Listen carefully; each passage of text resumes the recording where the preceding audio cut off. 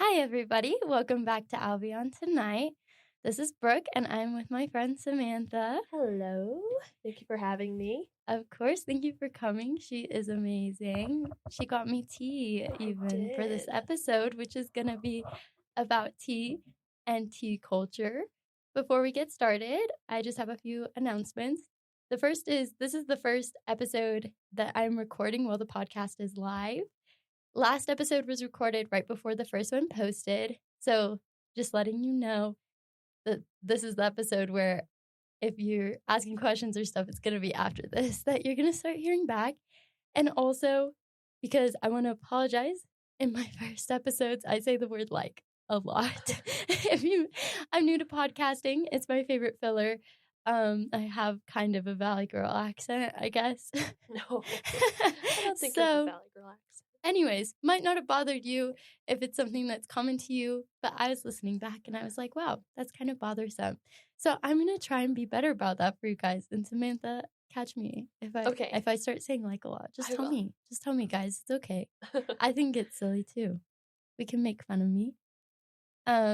Tea and women and tea culture. It's going to be great. I have a little bit of background on tea, but it's mainly women. Yes. I'm so excited. Yes. So, Samantha, have you heard of Catherine of Braganza? No, I have not. Oh, my goodness. All right. So this is a little bit out of our history range, but she's a woman, for one. Great. Charles II was one of the kings of England in the 17th century. He was a bit of a partier, but he had this wife from Portugal, and her name was Catherine of Braganza. And she brought tea over with all of her wedding goods and things like that. She brought it over from Portugal because it was pretty popular there. Of course, England already had been exposed to tea from the Dutch Trading Company, which is one of the first colonial companies that's going to start bringing tea. And of course, England's going to have the East India Trading Company pretty soon. But Catherine of Braganza, many historians, including Susanna Varela Floor, Chelsea Rutke, who is one of my professors, they kind of credit her with popularizing tea. That's so cool. So it is like a women's beverage, technically. Yes. She started the craze, you know? Yes. It's not like a single person is going to have brought tea into the country and started it when it's such a big thing. There's going to be multiple factors. But she had it in court. She liked to drink it with her court ladies. She liked to drink it with visitors. And it also caught on because at the time there were coffee houses for men where they would read newspapers and drink coffee. And so tea was a non-alcoholic, appropriate drink for women. And of course, if the queen's doing it, people are going to do it. So it's going to start out as that kind of luxury good. And we're point for women, point for tea. Yes, perfect. Woo, beautiful. That's so cool. Yes. So now a little bit more about tea, getting into Britain. So, like I said, there's going to be the East India Company. If you haven't heard about this, it's very important to colonialism. There's tons of other people that will cover it in much greater detail, and you probably have heard of it. But basically, Britain creates a company. They trade with India, they trade with places, but they basically become their own military force and basically can abuse human rights and do whatever they want to get goods for England. So it's basically a military government force that's called a company. Yes, for all intents and purposes. Yeah. For all intents and purposes. And they also have a subsection, the East India Tea Company, of course. Yes, of course. But tea is mainly going to be a luxury good at this time. The first silver teapot in Britain was presented, quote, in 1670, the first silver teapot in Great Britain was presented by Lord Berkeley to the East Indian Tea Company in order to underline the importance and value of tea as well as the pride of silver tableware. Oh, okay. That's from a book on the history of tea. So it's kind of still a bougie thing. It's a luxury thing like sugar, where it starts out more upper class. And as we're going to see, it's going to trickle down. But it's more upper class. They're also getting it. They're going to get it from China later when they give opium to people in China. And are like, hey, now that you're addicted, take our opium and we're going to steal your tea from you. Yeah. So here's a little bit about some bougie things going on. So there's an apocryphal story about the tradition of afternoon tea. There's kind of apocryphal ones because once again, you can't like trace it to one person. Yeah. But there's one duchess who there's a long gap between luncheon and dinner, and quote, she started taking a pot of tea with some light refreshments in her room mid-afternoon. She then began to have tea sent to her boudoir for herself and guests, in addition to a selection of teas, both China and Indian. The first Indian tea arrived in, and Ceylon teas soon after. The Duchess served toast and fine breads. The tradition of afternoon tea was born.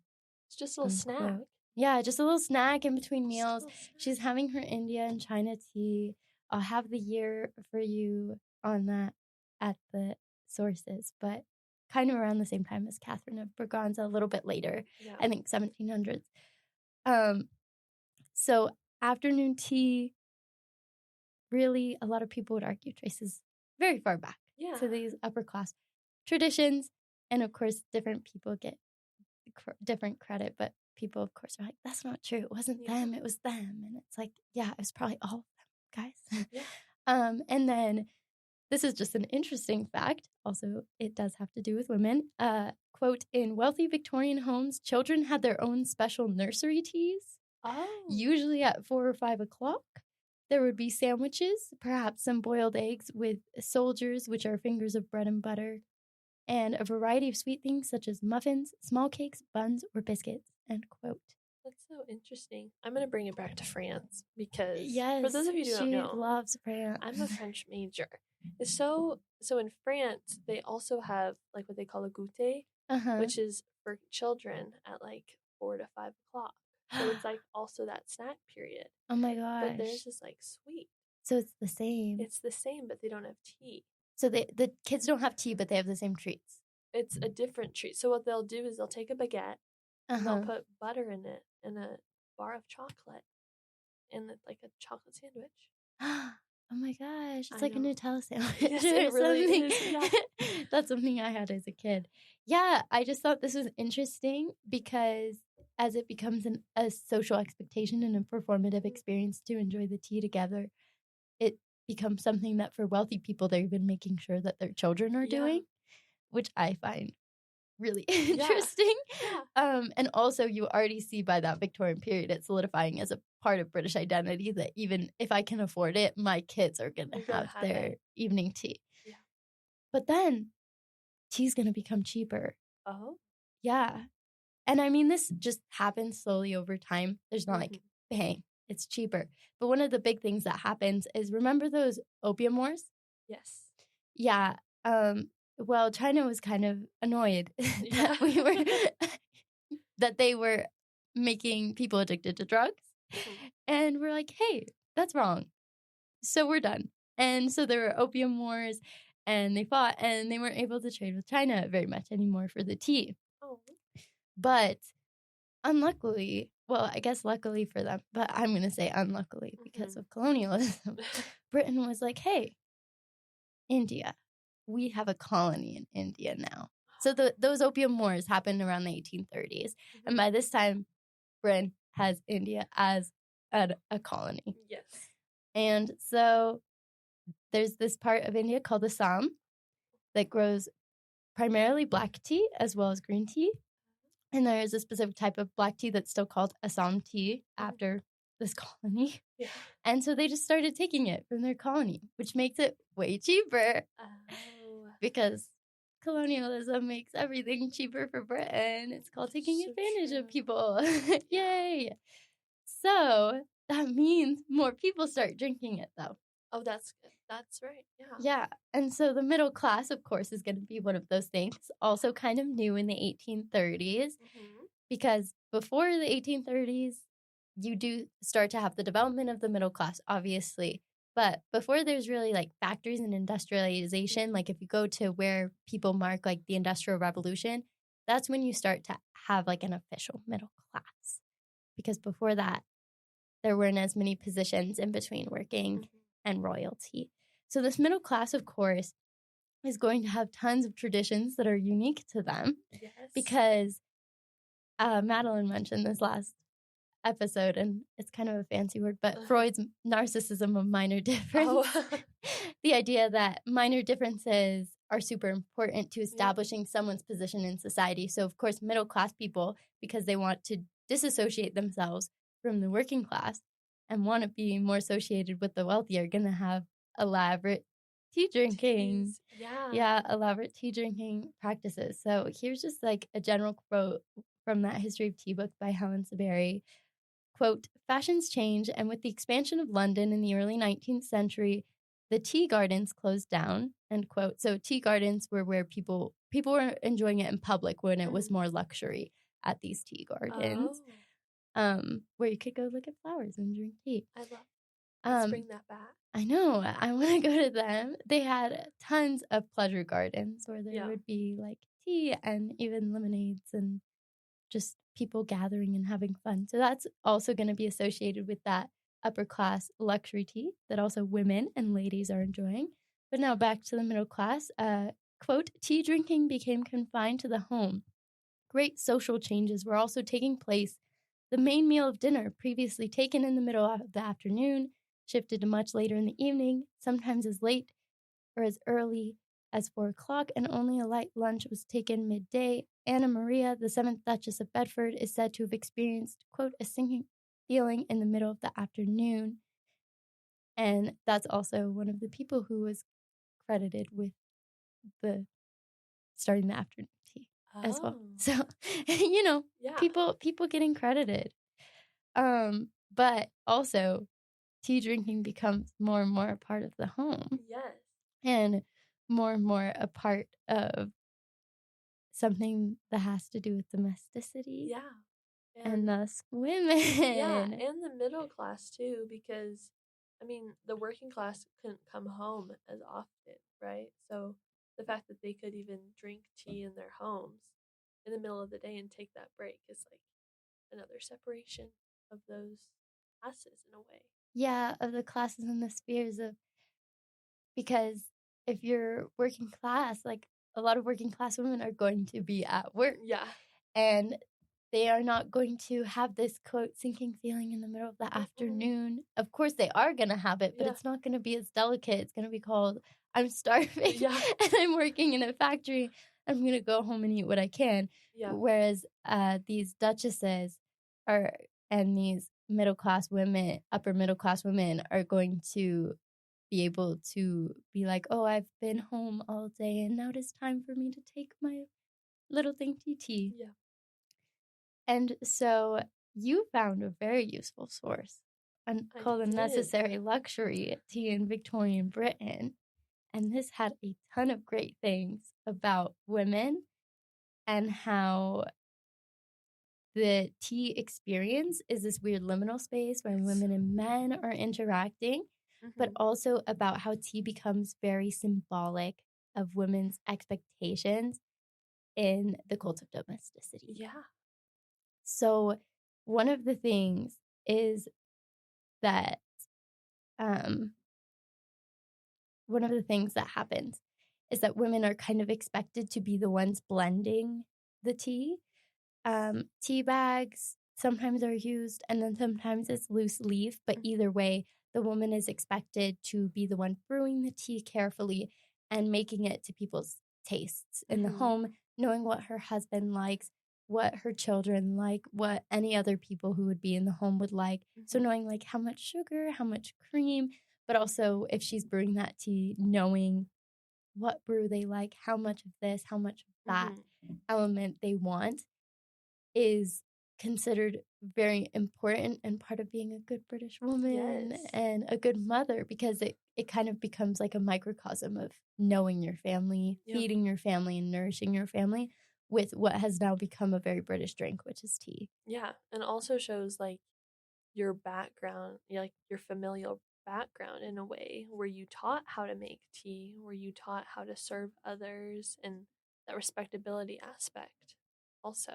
Yeah. It all comes back to respectability. It's all about respectability, showing that you're a lady, showing that you're respectable, showing that you know manners. Yes. Like we talked about, that performative aspect of tea, knowing where to put things, knowing how to drink it, what to eat first with the snacks. Like, there are rules about all of these things. Yeah.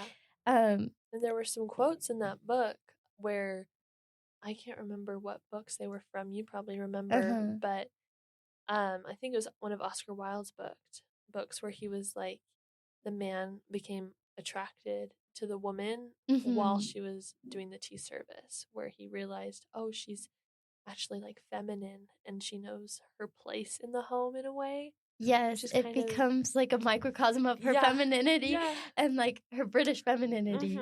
And yeah, that's in a part of the book that I'm also going to talk more about later. There's one of the contributors, he writes about literature and how men and women are understanding their relationship to each other through tea, because sitting at the table becomes a space where it becomes a sort of, as I mentioned earlier, a liminal space where for when you are sitting together, so there's sort of an equality, but there's also still that comfort of the woman serving the tea. One thing mentioned in one of the other chapters is that gender roles could be still maintained even though you're kind of in this communion where you're talking around the tea table and eating together, where men can still offer to lift the heavy kettle after you've made this, you've cooked, so women in the kitchen, man is strong and helping. But also interestingly, Julie Fromer in one of the chapters says, quote, "My analysis of the role of tea drinking in 19th century culture reveals that the rituals of the tea table mark one of the few events in which women's labor, not simply the results of that labor, but the actual dynamic sequences of tasks, was made visible and received praise. The authors of 19th century novels, tea histories, and advertisements emphasize the importance of a woman's active participation in tea drinking rituals. They did not simply accept a woman's location behind the tea table as a static display of virtue, but instead insisted on the specific crucial occupations of the tea table that had to be accomplished for the benefit of the family, the middle class, and the nation." End quote. I think the benefit of the family is so important as well. Like you said before, it's like, does she know how much sugar her husband likes in her tea? Like, how well are you paying attention to your home, and how well are you taking care of that space that you're kind of ruling over in a way? Yeah, it's interesting because it both feeds into the cult of domesticity, but it creates a weird tension of, we're celebrating your domesticity, but also your domesticity requires us to recognize that it is a labor, that it's not easy. Because also, even though I think a lot of people in the Victorian era and the 20th century would argue, if they were people that said, I think women should be in the home, would say, oh, I think because the work they're doing there is important. But at the same time, a lot of time women in the home are portrayed as this more languid, able to take a nice afternoon tea, resting on the couch, supposed to do more like restful things that don't seem as active. And this is allowing women to do something that is seen as more active and requires specific steps and requires an almost specialized knowledge, or what is kind of framed as a specialized knowledge. I feel like also, I'm just thinking about being a woman in the 19th century and like sitting across from a man that you might be marrying, like in a Jane Austen novel or something, and then like it's almost like you're auditioning to be a wife in a sense. Right. It's like showing off. It's like it is an audition, showing off a specific talent with specific rules. Yeah. Oh my gosh, that's such a good analogy. I love it. You. Yeah, and also like the another thing that Fromer points out is that the home becomes this place of refuge from the public workspace, which we're familiar with when we study the Victorian era, but also becomes kind of a place of pure consumption and leisure. And so it's weird because it's a labor that's enacting leisure. And so it's a sort of performative leisure in a way. And with it being leisurely, their conversations are more like open in a way. Women might be more inclined to participate in political conversations, or maybe not participate, but listen to these opinions that men are posing at a tea table. Right. Because any conversation of course, there are like etiquette books that I read through last episode that are like saying what women should and shouldn't say at the table, but that doesn't stop people. People are going to still have conversations, even if there are rule books. People are going to have the conversations they're going to have. Like, we know we're not supposed to talk about politics at Thanksgiving, but why does someone always bring it up? It's going to come up. Women are going to be listening or even potentially engaging in the ways that they can with these kinds of topics that men might not venture elsewhere with them. Yeah, exactly. I love that. I love that so much. It's fun to think about. It's fun to put yourself in like in the shoes of like a little Victorian woman. Also, as the 19th century progresses, so tea, as we talked about, you talked about, it's something that's very much seen as the wife lovingly preparing as some sort of protectress or guardian or an actor of tea, as like an act of love, an act of like not feminism, of femininity. Yeah. I mean, maybe you could make it feminist. I'm going to talk about some ways in which tea is adopted by feminists later.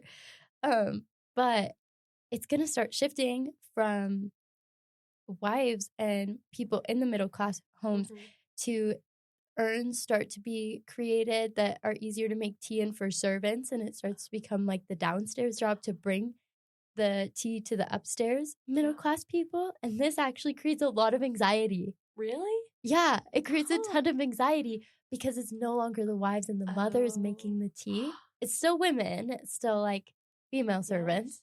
But for example, there's this moralist called Reed. Quote, he feared that a tea table that had lost its charm no longer functioned as a domestic center of a household. And lost its charm means like the wife isn't doing it anymore. And could not maintain any power of the man the household is supposed to delight. A husband without a tea-making wife has no reason to stay at home, away from the distractions of the pub. But also, then the woman can leave, Brooke. I know. And if they leave, then they'll get ideas. They'll have ideas, and then they'll want to be involved in the public sphere. They're supposed to stay at home and make tea all day. Yeah, they're supposed to steep that stuff all day long. I know. Yeah. Yeah, I also love the ways in which, like, these sexist assumptions about women also just seem to make men out to be so incapable of making decisions. It's like, oh, he doesn't have a tea-making wife. He's going to the pub. He's going to become a drunk. He's going to go down that bad path. It makes him so frail. Yeah. Like, they're like this masculine, like, strength, you know? And then they're like, but I need the work so hard. I need someone to take care of me when I get home. Yeah, when I get home, someone needs to do everything for me. She needs to be the angel of the home. Yeah. Yeah, it's wild. It reminds me later there's when birth control happens. There's that one lord. Yeah. There's this one lord who's like, he's like, if women are going to be on birth control and they're not going to produce an heir for their husband, then he can just leave her. And this is the same idea that women are literally, it makes marriage so transactional. And I definitely think there were Victorians that did not think of marriage in this way. Just as now, you can read tons of different relationship books and people are going to have vastly different opinions of what a fulfilling marriage should look like. Some of which you'll be like, that's cringe and I don't agree. And some of which you'll be like, oh, I like that idea. So people would do the same thing. But it's really interesting how transactional it is that it also very much places woman's role as a wife to make her husband happy and to morally protect her husband by making him good things like tea. It's true. I just had a thought. So would the maids be serving the tea or would the butlers be serving the tea? Like, would men or women be serving tea? Because if it was such a, like, things for women to do. Coded task. Yeah. Then what would happen if the butler was doing it? What would that say about the butler? Right. And I don't have like a super explicit answer where I can say I 100% know. Yeah. But from the sources I was reading for this episode, it seems like it was maids that were serving tea. There's actually going to be tea restaurants that open later where the waitresses wear the outfits of domestic servants, aka maids, because that is who serve tea, and it kind of preserves it makes the public sphere seem domestic. So they were the first maid cafes. Oh my god. Yeah. So put a pin in that.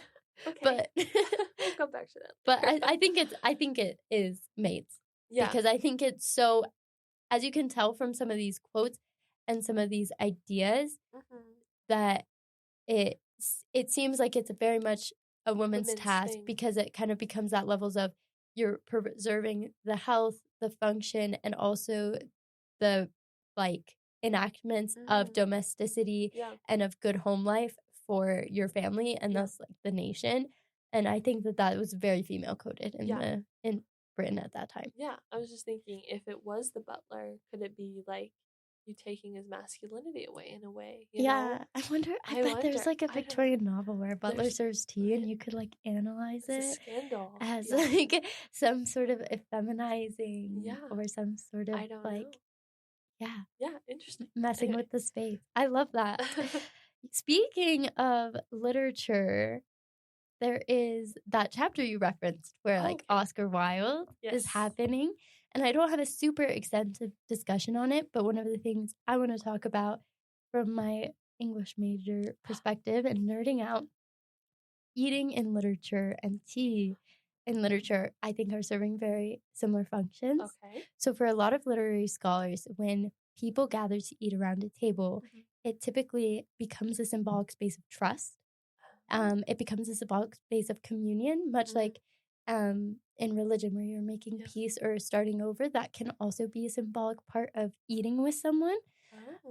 Because if you think about it, people don't eat a lot in novels. Like sometimes they do if it's like part of their characterization or caricaturing, but especially like our main characters, our heroes and heroines, there's not like a ton of food references. And when there is, it's typically when it's symbolizing some sort of way to like cross across misunderstandings, to make sense of something, to show trust, to make a truce, to commune with one another.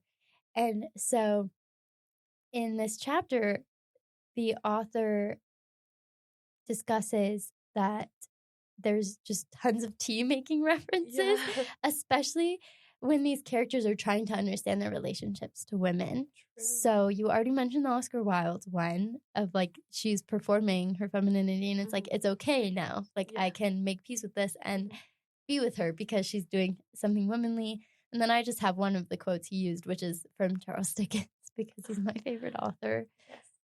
It's from David Copperfield.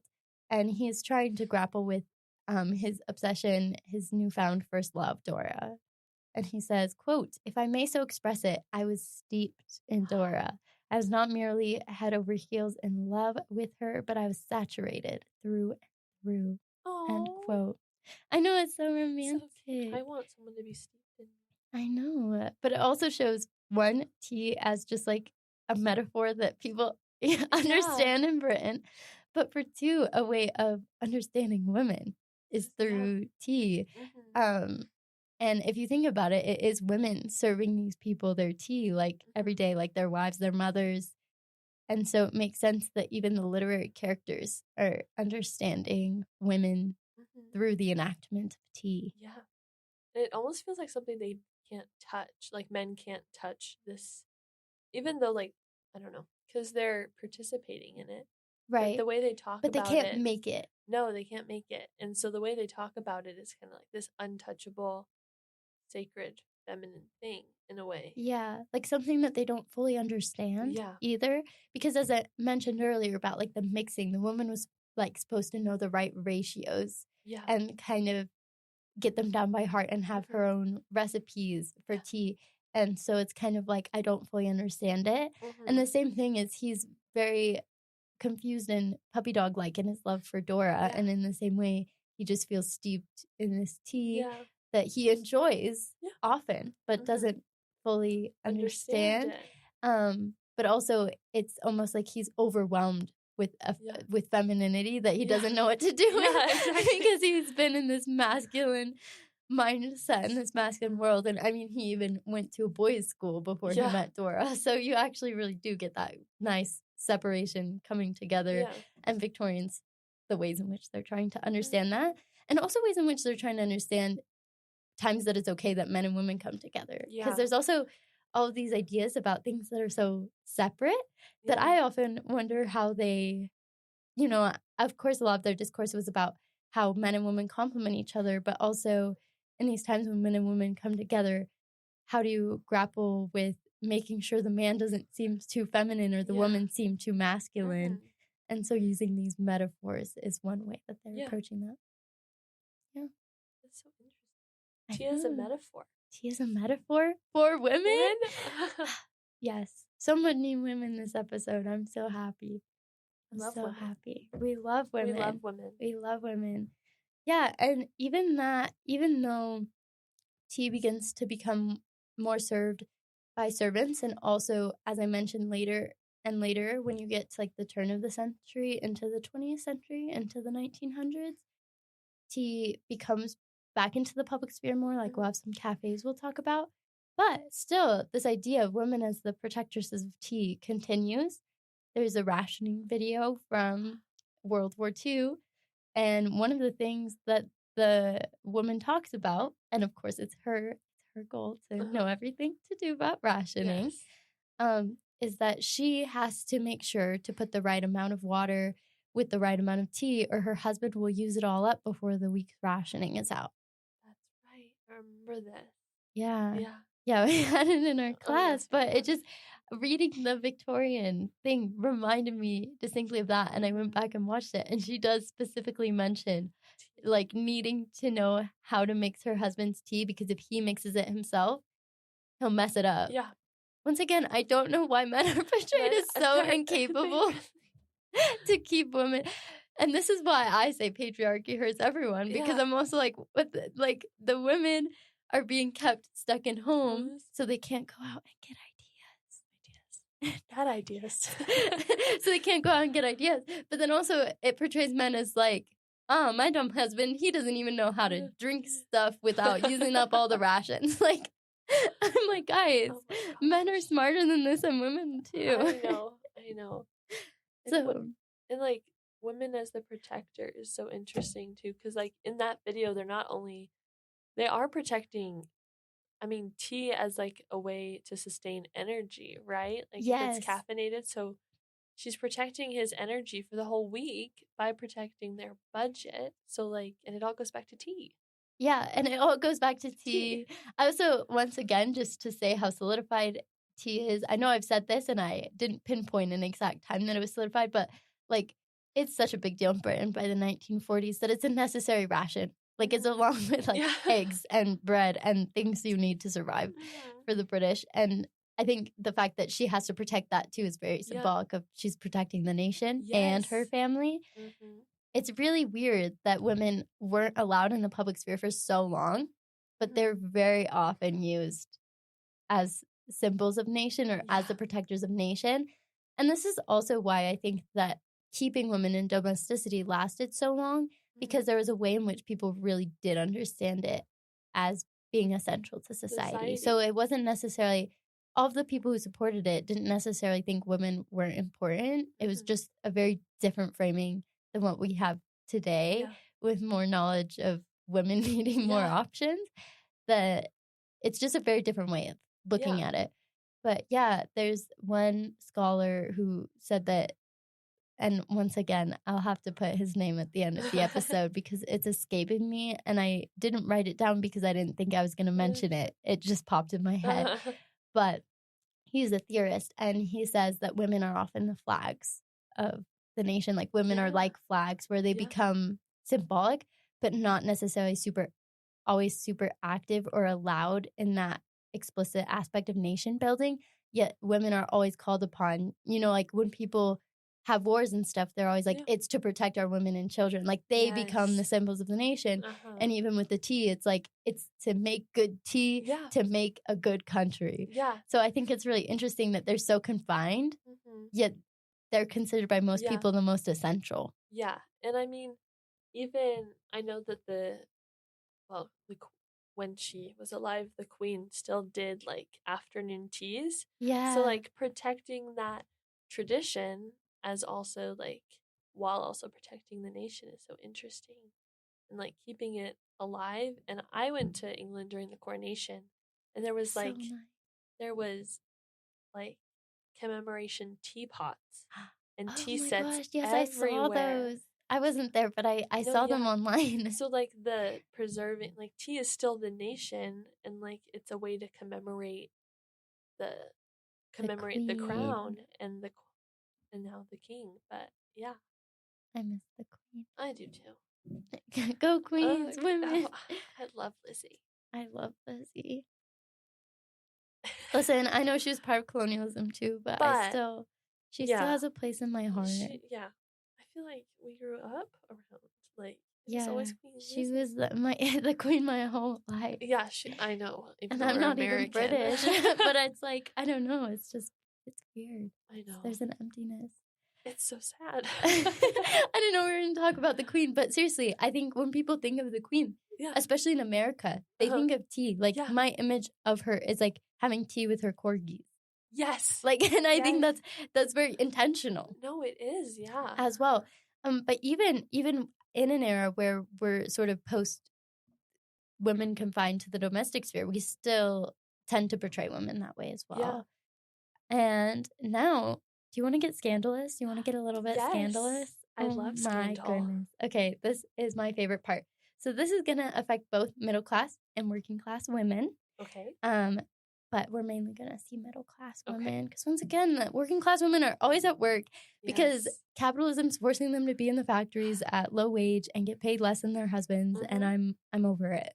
We're over it. We're over it. So have you ever heard of a tango tea? Yes, but tell me about it, Brooke. Okay, I had never. I guess I did text you about this. You did, too. So that's how I know. Before, no, I had never heard of this. This was my wildest rabbit hole, but it became so relevant. I'm so excited. So 1913 happens. It's a year. It's right before World War I. They don't know that yet, though. Yes. But the tango becomes a craze. The tango dance. I don't know exactly why. A lot of historians pinpoint it to just kind of exoticism, and it's still a very high colonial moment. This whole century from the 1800s to really the 1950s is like a colonial high for England. Charlie Chaplin, which I know he's in America, but he's English, he makes a short film on the tango. He has a tango short film from 1913. It's a real thing. It's a real thing. Oh my gosh. Yeah, it's going on. The British, they're like, it might be from Argentina, it might be from Spain, it might be from Portugal. They just don't want to decide because they're racist. But it pretty much originates from Argentina, mostly, as I understand it. I think so. That sounds right. But yeah, there's just a ton of different books. There's books with like pictures of people in the different steps, so you can learn how to do it yourself. And there's people going out and doing it in public. Oh. But of course, there's anxiety because the tango's kind of scandalous, Samantha. And also, women dancing is just scandalous. Yeah. And I'm going to explain like in depth in a second. I mean, you have to be really close to each other. Yeah, you got to be really close to each other. And so one of the ways that they address this is the tango tea, because tea is domestic, it's respectable, it's feminine, it's, and so a lot of tea houses, because at this point, so in like 1707, there was already like some tea houses starting. But by the time you get to 1913 and the Edwardians, there are public tea shops that you can go to. And so a lot of these places or other restaurants or other public venues are having a gathering where you can have like an evening tea or an afternoon tea, and then you tango. So it's just like a dance and a tea. Sometimes they call them, I'm going to butcher the French, so you're going to correct me, but I think thé de sang, tea dance. Oh, yeah. Is that? Une danse. Une thé de danse? Thé de sang. I'm going to have to see the spelling of this. Okay. It's TH with the E over it, and then it's DASANT. Oh, yeah. De sang. Yeah, thé de sang. Okay. Thé de sang. What does that mean? Sent? S-E-N-T, is that what you said? Something like that. My gosh. The English said it meant guys, tea dance, but they probably butchered the French too. They just called it that because making it French made it seem more sophisticated, I think. Oh my gosh. Okay. I'll get back to you on it. Okay. It might just be an older word, or it might literally be the British trying to make it sound French and it not being proper French. Probably. So it's D. I think it's spelled like, here we go. I'm showing Samantha my laptop. Is like I think it's spelled like the second word. Oh. Okay, so dancing tea. Yeah, dancing tea. Thé dansant. Okay. I see. Okay, yes. So it's dancing tea. Yeah. A tea that dances. It's a tea that dances, guys. The tea is dancing. It's a jive. It's a jive. So this was also kind of to contrast nightclubs and things like that are kind of starting to form because we're getting into the 1920s. Yeah. We're leading up there. So people were also scared of like alcohol, and also as we're leading up to World War I, women are starting to be a little bit more liberated. They're starting to go in the public sphere. Of course, there's suffragettes and things like that. So there's a lot of anxiety about women in the public sphere. So they try to make these respectable tango teas. So that's what a tango tea is. So don't tango, but have tea. Or actually, you can dance. You can tango, but you're going to tango in this public space. Some of them are going to be held as ladies' charity fundraisers, so that it's still the woman's role of serving people, taking care of people. But also, you can have like those middle-class chaperones, making sure the young women aren't doing anything too crazy. I was just going to say, it reminds me of those women police officers. Oh my God. Who would go around and make sure that they weren't having sex with random people. Yeah, right? During World War I, this is going to happen. The police force is going to allow women police officers, specifically basically to be glorified chaperones, that make sure the young women, because just as in World War II, during World War I, women are going to do the jobs that the men used to be doing. And there's so much anxiety about this. And this is like right on the cusp of that. So it's exactly that same thought process of we'll have it as a charity ball, also kind of channeling it into a kind of like consumerist, mass, acceptable thing. And it also kind of reframes, like one of the authors, Ariel Nerison, who writes about tango tea, kind of says that it reframes it from an evening activity with its associations of drinking in darkness to a daytime activity. And they were flexible. They could be adapted to a variety of venues. They even brought in professionals to demonstrate. So it's kind of like them trying to be taking something that could be seen as rebellious and kind of trying to make it mainstream so that it becomes less rebellious. It reminds me of like when you go to a high school dance and they have like soda bars or like food out. So it's like, oh, drink here and eat here, but don't go outside. Do the bad things. Exactly. We had fake gambling at my prom, and I think that this is kind of the same vibe of here's a safe way to have these kinds of funds that are managed. And then here's another, I'm going to read this quote and then kind of discuss my thoughts on women dancing, because this is the part about being able to dance in public is really important. That's crazy. So also Ariel Nerison, she says, quote, in an era where women disrupted familiar patterns of private life by entering the public sphere in unprecedented numbers through the workforce and the suffrage movement, quote, ballroom dance became the rallying point around which domestic and sexual issues became negotiated, unquote. Tango as a partnered social dance extended opportunities for dancers to display intersectional class and ethnic group membership while simultaneously commenting on the redefinition of women's role. Tango teas offered a contested space where new women and girls of today could be in motion, ... where liberal progressive values relating to women's rights and self-expression collided with conservative attempts to corral such liberatory energy by rerouting it toward a consumerist experience of passive participation, end quote.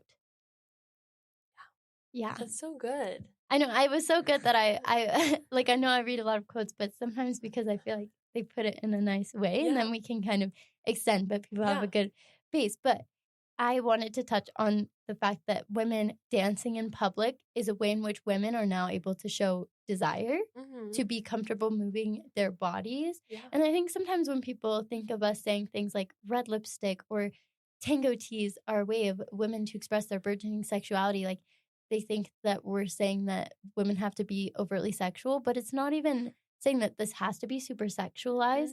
It's just saying that society had very little space for women to desire, or even like before this, it was men who had to court women too. Like you couldn't even, yes, you could politely flirt like you'll see in Jane Austen novels and all the time, but you really as a woman could not be the forward one. It was very disrespectful. I was actually even reading Nicholas Nickleby this morning, and one of the characters is she does not want to be pursued by this man, but keeps getting accused of people of being too forward with him, and it's causing a big problem with her. Yeah. And so it's like, I cannot express enough, like women were not allowed to just have big feelings in public. And so it doesn't have to be anything super sexually charged for it to be quote unquote sexual, because it just means desire. It just means women being able to show interest in men and interested in themselves as people with bodies. Yeah. Which is not common. And even in the Victorian era, like there was literally a common conception that women were not interested in intercourse. Yeah. They just did it to have babies. Like they had no... Women can't have pleasure. Women had no pleasure. Yeah. And like, but also it's just like, even that women can show pleasure in just wanting to dance with a guy. Like it doesn't even have to be they want anything more. A lot of the girls at the tango tea probably didn't want anything more, didn't want to be super touched or bothered. Just want to have fun. They just want to have fun and be able to interact with people their age, girls and guys. Like I think that's very common. Yeah, and like you said, it's like they didn't have those opportunities before. So it's like we read a document in one of our classes where it was these women finally had jobs in World War II. Yes. And they were able to go out and spend their own money, and it's kind of the same thing where they can go out and they can do the things that, like, guys were probably going to nightclubs and like dancing with women. Granted, it wasn't probably the same. And even like the big fears about alcohol, like even at the tango teas, there's some people that were afraid that they were spiking the tea and that it wasn't actually tea, but that it was alcohol. But even like this increased fear around alcohol, you've always had temperance movements. They're super concerned with controlling men's alcohol consumption. Don't get me wrong.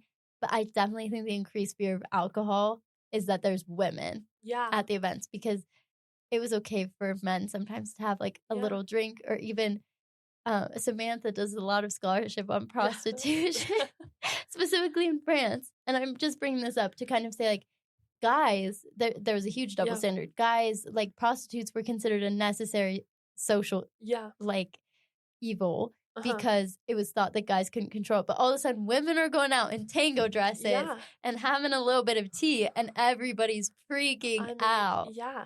And also, I'm just thinking of Les Mis, because it always comes back to Les Mis. But like when they're in the pub, all these women are dancing, and it is a very sexual thing. And it's kind of implied like these women are inebriated and they're prostitutes, or they're not like respectable women. They're just for one thing. So it is interesting how alcohol and women kind of come together. They come together. And also why tea becomes a woman's drink as well. Going back to Catherine of Braganza, it's because it was a good alternative to coffee and alcohol, which men were drinking at the coffee houses and pubs, where women who want to be considered respectable could not go. So also tea becomes, as we're seeing it become more and more popular and dispersed through the classes, it's also kind of just a result of like women needing things too to entertain them. And this is something that they can safely get into, but they're now kind of taking it and making it into something more fun and something where they can be more rebellious. But also I like how the tango tea kind of negotiates those spaces. Like they said too, it's an intersectional place for gender, because you have different people dancing together. Men and women can come even closer than they are at the tea table. They can drink tea together, maybe have conversations they can't elsewhere, and have more time together one-on-one than they can elsewhere. But also now they can dance and touch each other. And also, oh my goodness. Oh yeah, the tango also, there's kind of like at a time that was very whitewashed and very racist, like there's also an ethnic ambiguity about it. And I mean, like, it is kind of a form of cultural appropriation, for sure. Totally want to recognize that. But also, like, young people experimenting with it doesn't have to be one thing, and being able to create a tango tea is no longer dividing, like, those prostitutes in the pub and those women at their fancy, like, stuck-up, stiff collar afternoon teas. They're kind of mashing those environments together, and they're also mashing different styles, like the quote-unquote, like, British Edwardian tea with a dance that's from South America, and, like, starting to cross lines of, like, these things don't have to be as divided anymore. And I feel like this is where you can tie the feminism into the whole tea movement. Yes. Because I'm imagining these tango teas were, like, created by men to, like, control this movement, or maybe, like, older and women also as moralistic women, I think, like the charity, but certainly, like, it's kind of created by different businesses, and I think a lot of those are probably run by men. And it became, like, this point of society where women could just, in a way, be free in a way they hadn't before. So I think that's kind of part of where the feminism comes in also. Exactly. It's like, it's kind of like Jane Austen, where, like, people are like, why are they having all those balls in Jane Austen, you know, all those dances and doing all those quadrilles and stuff. And it's because that was one of the only times men and women were allowed to touch each other and show interest in each other without it being a big scandal or without it being married. Because you could not meet men one-on-one otherwise. So, like, dancing was like speed dating back then. And I think that's kind of still what's happening as well. I mean, it's less, like, codified as, like, the only way now, but it certainly still also just serves as a way for women to expand their social sphere. Also an outing in the public sphere with other women, where you're not just stuck at your home making tea and food for your husband and men. Like, you have friends that are women. And obviously, like, there were visiting and calling cards for middle-class Victorian women, the ones we were talking about earlier, who were primarily the ones who are coached in all this elaborate tea etiquette. But this is just a different dynamic for women to have friends that are like them. Yeah, for sure. There was a satirical musical called A Girl from Utah that had a song, a satirical song called That Tango Tea Last Night. Oh my gosh. And this has some funny lines about the anxieties about tango dresses and tango teas, because for some reason we always have to judge the way that women dress. We always do. The slit. You know, it's like, guys, and the dresses are like, oh my goodness. Let me just show you a dress, Samantha, and then I want you to describe it to people, because, like, it's not as crazy as people think. There's a couple different ones, but, like, here is a picture, and this one I'm going to post on the podcast. Samantha can tell you a little bit about it. Okay. But, like, here is a picture of, like, one of the tango dresses. Oh my gosh. So, is that? Okay, so the silk part. Okay, it's a long dress. Like, it goes down to their ankles, you guys. Their ankles. And it's, like, has a little flapper moment. It like does have, like, some flapper vibes. And then, like, their shoulders are covered and their arms are pretty covered as well. So it's, like, flamboyant in the way that it has a lot of frills. It does have a lot of frills, and it does have a shortcut skirt, and I think she's wearing, like, some pants or some sort of... I don't think they're, like, fully bloomers, because I don't think it would be underwear, but it's an underskirt. But she's wearing, like, an underskirt or underpants. So it's, like, there is a frilliness to it, but it's not, like, the tango dresses we think of today. With its, like, all black and, like, spaghetti straps. Yeah, and I guess she's wearing some black frills, like, on her head and stuff. So it's, like, there is a frilliness that I can see that they're feeling is kind of showy. Yeah. And, like, okay, here's, like, another one where you can see her leg, but she's still wearing tights. Yeah, well, and the thing is that Brooke said that there's a short dress. It is a short dress, but then, like you said, her legs are covered. Yeah, there's still some sort of covering happening. Yeah. Like, the only thing you can see are her arms, basically, and her face, and, like, neck, obviously, but... Yeah, so anyways. They're not, like, scandalous. It's not, like... Yeah, it's like, I tend to prefer not to show my shoulders and stuff like that in the way I dress. And I would wear that 1913 tango dress. And I dress in a way that a lot of people would consider more of a modesty culture. Yeah. So it's interesting how far we've come between what is acceptable for women to wear or not. But here are some quotes from that Tango Tea song. Little Mrs. Jones wore a tango dress. What you couldn't see of her, of course you had to guess. Like, sorry, that's not on the women. That's on you if you're gonna suppose. If you're gonna suppose. But kind of this idea that women are flaunting something about themselves by being showy and by engaging in dance and wearing these kinds of clothes. But also part of it is, I do want to acknowledge, part of it is like the racist exoticism of over-sexualizing people from South America. Yeah, for real. And then here's another one, quote, one young lady there, rather gaily frocked, slipped on a banana, and the bishops all were shocked. Oh. So, yeah, it's a very satirical song. But you can see the assumptions and the anxieties and the things people would joke about. Yeah. And this song also hints that there was alcohol at this tango tea. Alcohol. Which, again... is a weird anxiety. I mean, the British were just full of anxiety. There's just so much anxiety, you know. Sometimes I don't feel bad, but I do feel bad. Sometimes I'm like, guys, it's not that big. It's not that big of a deal. It's not that big. She's gonna wear her tango dress, and it's okay if she slips on her banana. Yeah, let her wear what she wants to wear. Yeah, let her drink her tea. Yeah, have her little dance. Like, get in the public sphere, let her do it. Yeah, and who's to say? If it is spiked, who's to say? Who's to say? Who's to say? Who's to say? All right, I have one last thing, one last section, and this one is my favorite. This one is the big reveal, guys. Okay. This one is the big feminist moment for tea. Tell me. All right, did you know that tea, working class waitresses, and suffragettes all have something to do with each other? What do they have to do with each other? Well, first of all, there's Mary Lay, which I talked about in the suffragette episode. Yes. And she's the one that sued the government because she thought that force feeding was against her rights. She self-identified as a waitress. And at this time, a lot of waitresses were at tea shops. We don't know where she was a waitress. But just a little, that's a brief connection. That's just the start. Okay. That's just the start. It's just the start. All right. So the House of Commons, you know, the part of Parliament, right? They have a terrace. It's a little restaurant thing.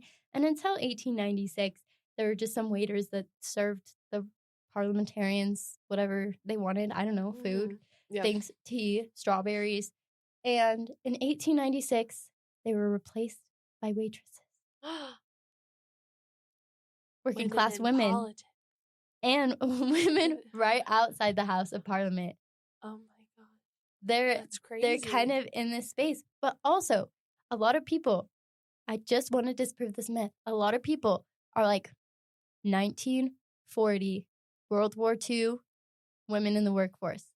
They kind of make that seem like it happens. For one, as we've already mentioned, there have been women in factories this whole time. Yes. Who you're thinking of are middle-class women who were trying to be respectable, so they weren't working. Like, it's 1896, and the parliamentarians, literally the people in the government, the people of London, are seeing waitresses. They are seeing women working in public. That's crazy. Like, yes, in a very gendered role, but they are working in public, and they're serving tea and strawberries. Yeah, in a place of politics. In a place of politics. It's like really the two spheres just coming together. Exactly.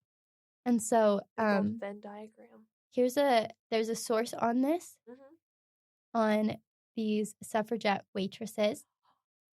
And one of the sources of the source is the Pall Mall Gazette, which says, quote, during the summer of 1896, up to 500 teas and 350 pounds of strawberries were consumed daily on the terrace.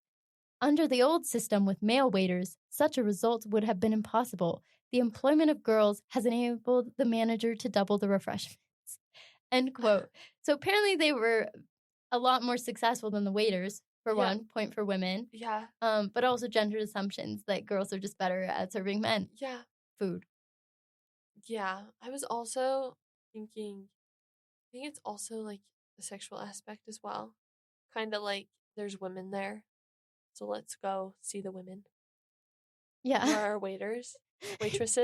Yeah. I hate to say it, but like. Yeah. No, that's totally an aspect. Yeah. That's totally an aspect. There's going to be another place of tea shops where women are working that I'm going to talk about in just a moment. And they were required to start at the age of 16. And if they weren't promoted to counter service, they had to leave at 21. Oh, I don't so like that at all. That's creepy men going and seeing young women who serve them tea.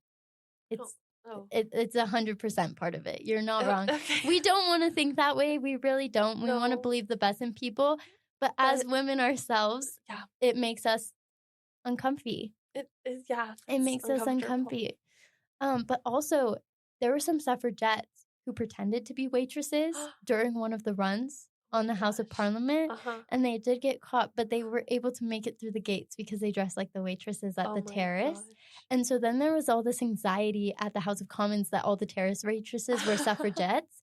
And there are even some suffragettes writing, like in their newspapers and in their correspondences, who are like, hey, we need to go talk to those waitresses because though they might not be sympathetic with the cause right now, because a lot of them weren't actively suffragettes, which like makes sense because it is a very jeopardizing thing to do as a woman. So there were a lot of people that it didn't necessarily mean they didn't want to vote, but there were a lot of people who didn't involve themselves because it, as a woman, right, it endangers your source of income and everything. Yeah. But there were actually suffragettes who were like, hey, if any of those waitresses want to join our cause, like they might become suffragettes, and then we could use them to help us because they're like basically in Parliament, like they're outside. Yeah. But basically, like women were allowed in Parliament, and this is like they have like they're on the edge. Yeah. So they tried to kind of use that. They disguised themselves at one time, and then also one time suffragettes were getting signatures for a petition outside the House of Commons, and they were mistaken for tea waitresses.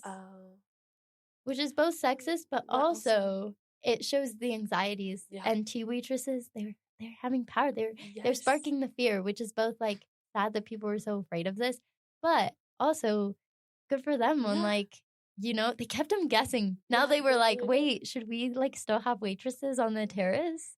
Yeah. Because like, what if the people serving me my tea are actually suffragettes? They probably were though. Or like maybe suffragists. Or suffragists. Yeah. Like it was, you know, they were at least like semi-empowered women. So I think that's awesome. This was a totally cool direction that I didn't know. Like serving a guy who had made a bill against women and then talking with your friends in the back and being like, are you going to the rally tonight against what he did? Well, I have to give him strawberries. I have to give him how many pounds of strawberries? I don't know. I gotta give him 350 pounds of strawberries daily. I don't know. When you said strawberries, I thought you were just saying something, and then no, like, 500 teas and 350 pounds of strawberries. That's insane. Yeah. That's crazy. So crazy. So to go to those other waitresses, those uncomfy ones. So the Aerated Bread Company is one of the places that has a chain of tea shops as well as Lions. And these chains are primarily employing female waitresses. Okay. So women are in the workforce. Which is good. And if they were seeking regular year-round employment, they were advised to work in these tea shops. Okay. Like I said, quote, the requirement that their waitresses start at the age of 16, live in the parental home, and unless promoted to counter service, leave the business when 21, allowed the ABC, the Aerated Bread Company, to pay low wages, end quote. So they were wage exploiting the women, though, and there was a ton of sexism and ageism of, like, we only want young women. That are single. And that live in the parental home, you know, that are respectable. Yeah. So there's still a lot of requirements, also leaving at 21. So this is not, that's not helpful employment. No, it's not. Because I feel like the most money you need is after 21. Yeah. And if you're living with your parents, aren't you like getting employed because you want to move out? Yeah. So Probably. it's like, yeah. So they're still there. As you can see, like the anxieties about working women, they're letting them work, but they're still trying to keep them in a certain social thing that's acceptable for women. And also, if you had to leave before 21 to get married, they would gift you a wedding cake for free. Oh my gosh. So probably because you met your they husband. They were celebrating. Yeah, they basically were rewarding and celebrating getting married and still staying in your traditional role as a woman, even though the women kept these shops. They're like, you had this phase of your life where you worked, and now you don't. Now you're going back to the and I think that's kind of when people say women in the workforce for World War II is when we start seeing women push and push of like, I'm not leaving when I get married.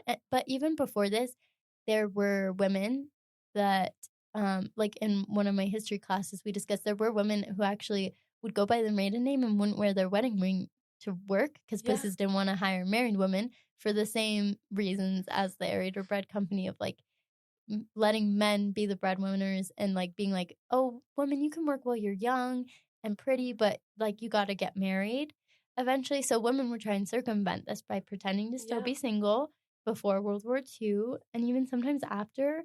But also, I think it was still common for a lot of women to work. It was just common that you were expected to quit your job once you got married and your husband was supposed to come first. That's so sad. I know, it is so sad. And this is the one where they wore parlor-maid outfits. Oh.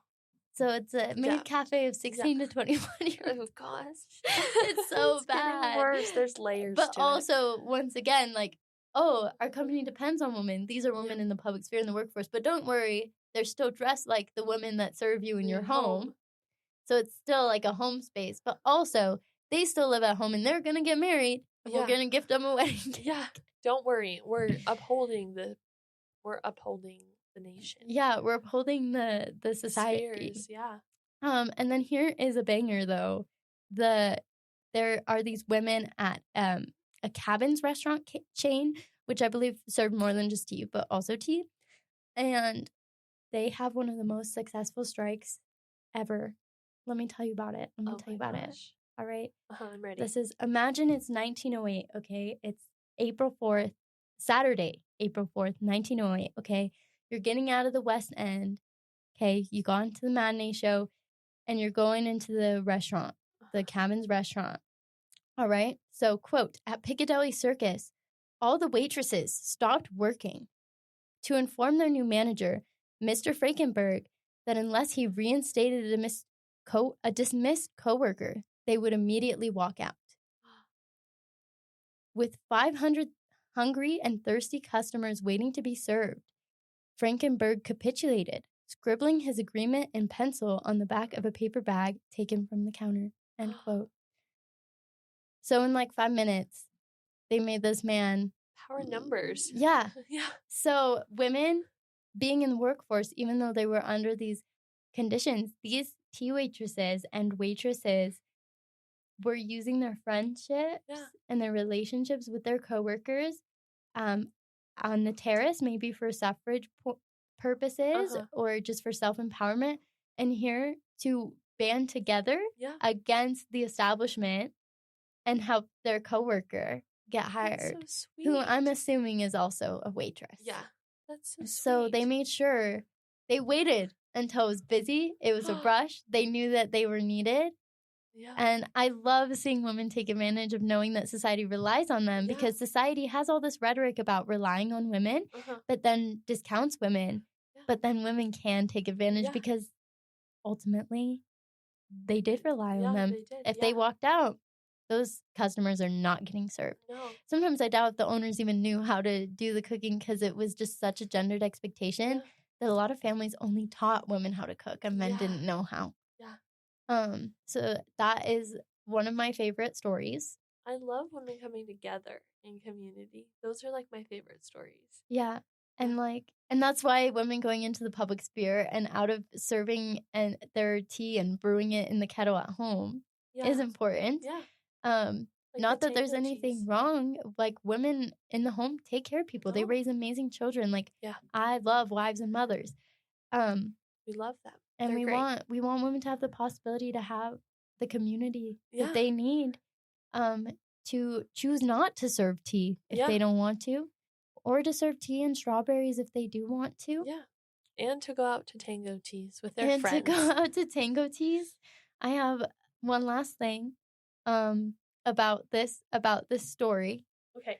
This is kind of a sad note, so then maybe I'll take it on a happy note. Okay. I don't know if it's a sad note, but anyway, so this story about these waitresses on strike, it does make it into the Daily Mail newspaper. But, quote, the story made a few brief paragraphs in Monday's Daily Mail. Headline, waitresses on strike, 5 o'clock tea drama, end quote. Inserted between how to feed a husband and the queen at a wedding, end quote.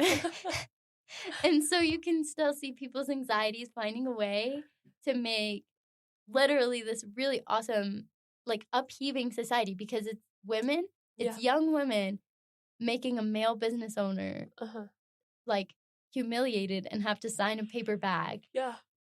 And then having the power to make him do that. Yes. And so you can see that they make it a few brief paragraphs on purpose, and that they insert it between the most stereotypical, like, acceptable for women to read, how to feed a husband. Which I don't think I need to say much more than that. No. And the queen at a wedding, which is a woman in power doing something that's domestic and feeding into, once again, weddings aren't bad, but it is just like, it does fit into this very stereotypical frame of a woman's role, is to get married, to be loyal to her husband and feed him, and to celebrate other women getting married.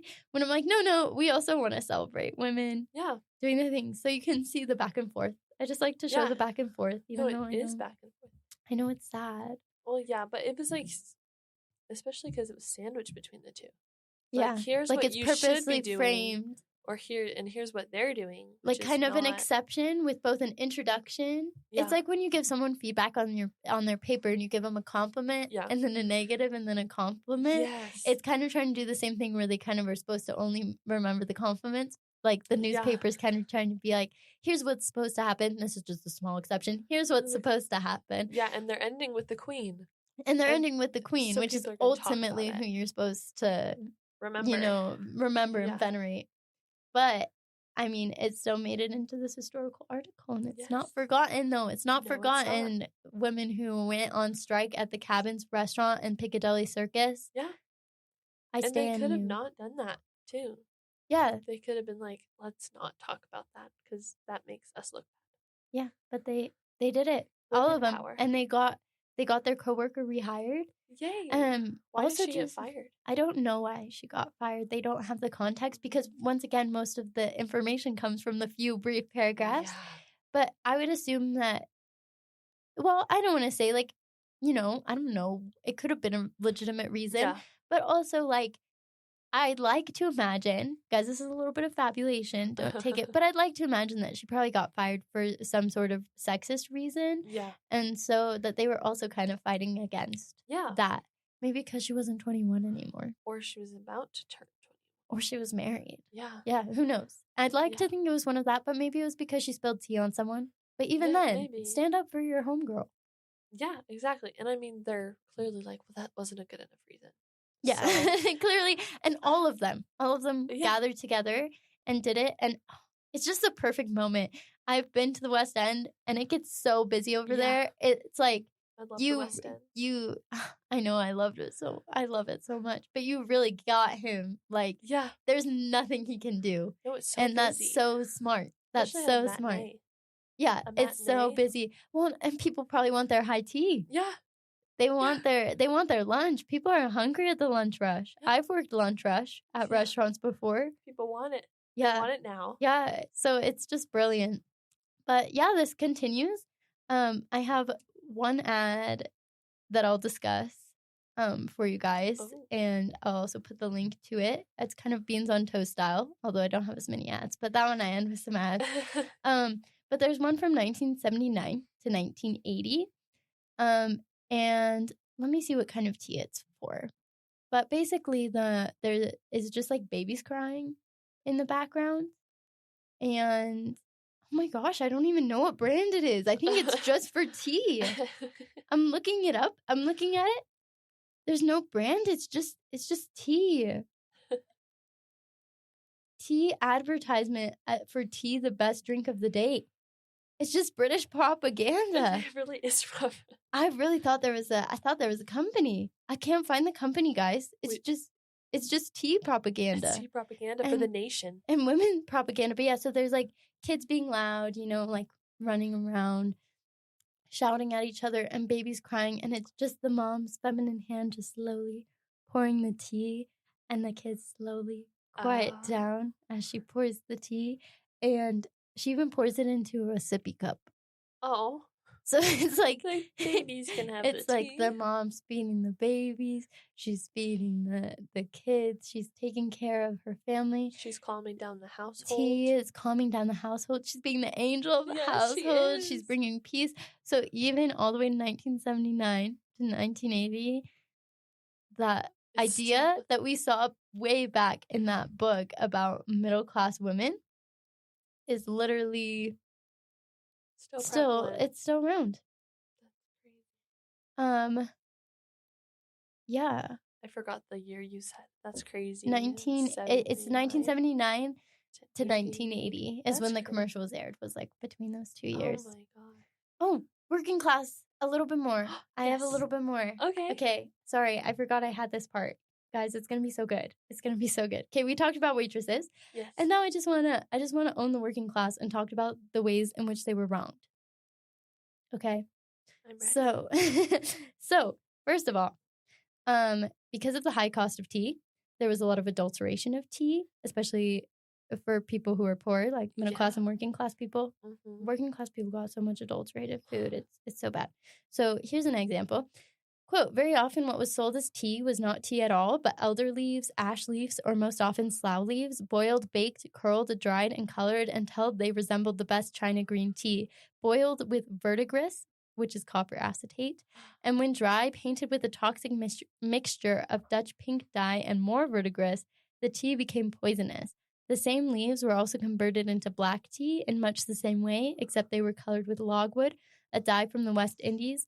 When John Horniman set up a small business on the Isle of Wight, and instead of selling loose tea, started packing it into sealed paper packets with a guaranteed net weight, the public reacted favorably, and the system became general practice and helped put a stop to adulteration. End quote. Oh my gosh. They were being sold poisoned leaves. The poor working class, honestly. I know. And I mean, I think that also would have affected middle class people, because I also think it started in a time when tea was so luxury that even the middle classes are like trying to afford it. But that's why we have bagged tea too. That's one reason why the bagged tea started. Oh, because loose leaf you can just put anything in there. Yeah, and I think too the bagged tea also kind of contributed to that domestic servants and that anxiety about. I think you could still get bagged tea as a middle class wife when you were still expected to kind of be that protectress, but it definitely made an impact. Also, as tea became more available, like the Assam tea, a lot of working class people on their lunch break sometimes would just have tea because it had caffeine. You could pour a heck of a lot of sugar because at that point sugar was inexpensive. This is why there's so much sugar and everything. So sugar, milk, and tea was sometimes what they were having for energy. And a lot of working class women turned to things like this, and also bread with jams and stuff like that, which also we consider parts of tea. Because oftentimes, because of those gendered expectations, even working women, they would always make less than men because places would pay them less purposefully, so the men felt important. And also because they were expected to give the meat and the good food to their husbands and their fathers. And so they were often subsisting off of tea and sugar and bread and sugar. Yeah.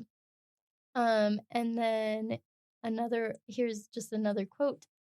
Also, a lot of times working class people were associated with brewing, and sometimes they would brew malts and light beers and stuff for themselves, but they weren't all drunkards. I mean, I'm sure some of them were, but same with the middle class. There were drunkards. There were middle class drunkards, upper class drunkards. So it's just a stereotype. But, quote, malt and other materials needed for brewing were taxed. People who worked in factories had neither the time, money, nor ingredients to brew.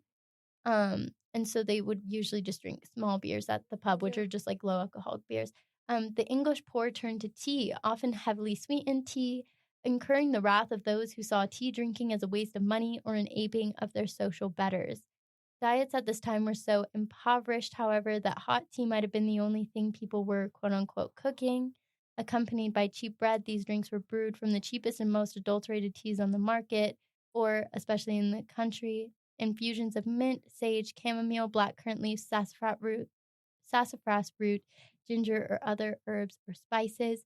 They were less tea than boiling water poured over herbs and then sweetened. Oh, and then, I mean, you could probably, like, then they could dry out the tea leaves they did use. So it's really like an economic It's like an thing. economic thing. So also tea becoming, I just want to give credit to the working classes that I ultimately think that even this British propaganda commercial, I think it all goes back to the fact that tea was adopted by everybody in their own means in the ways that they saw necessary. And although the middle class tried to make all these complicated tea associations, the working class found a way to make it their own as well.